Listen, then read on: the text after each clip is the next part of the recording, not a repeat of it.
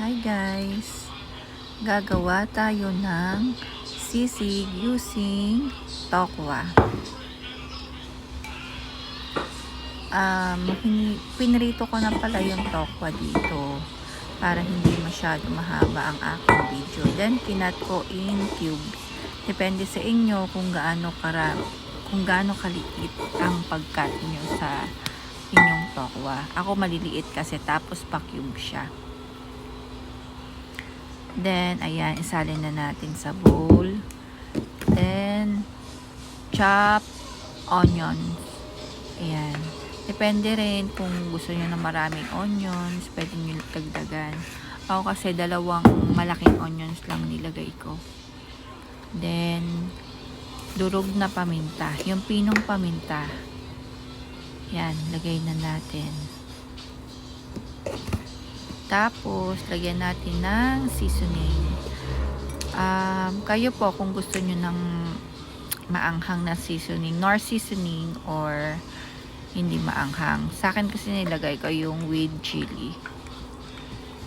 Ayan, medyo dagdagan natin siya para maging malasa. Konti lang naman ang lumalabas dito kaya medyo matagal-tagal lang pag tak-tak ko dito. Yan, halu-haluin natin.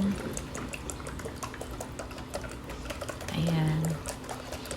Matagal lumabas yung seasoning eh. Then, haluin muna natin para yung lasa niya mag-spread. Ayun, may nalaglag pa nga. Ayan. Medyo maingay po kasi sa labas kaya hindi na ako sasalita dyan. Okay.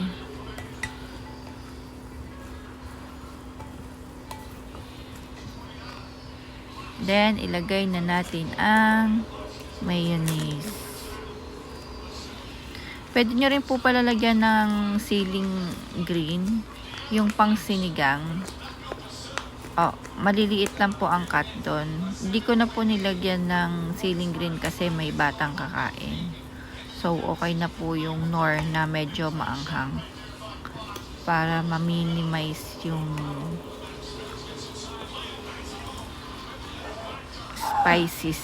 spiciness niya. Yan. So, halu-haluin lang po natin yung mayonnaise.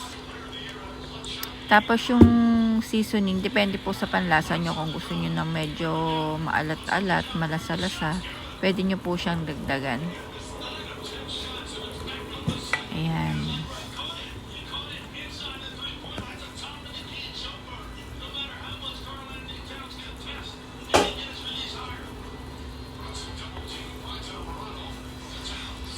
Medyo matagal-tagal na haluan.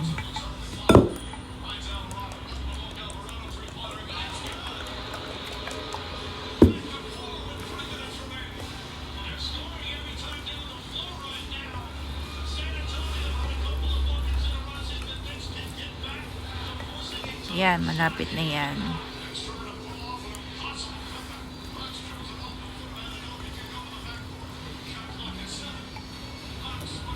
Ayun na siya.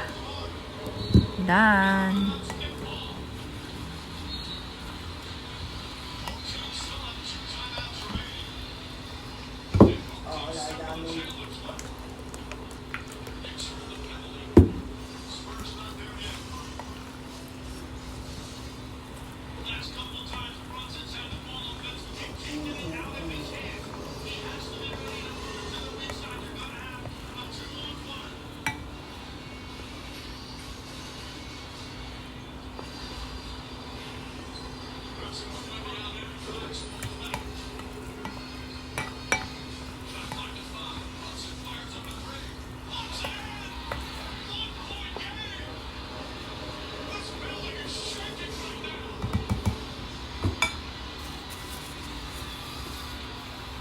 Ayan, may pagpunas pa si ate.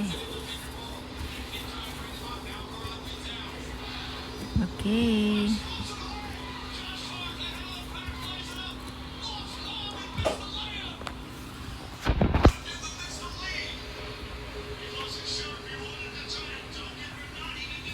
Yan. Meron na po tayong pang ulam or pang pulutan. Thank you.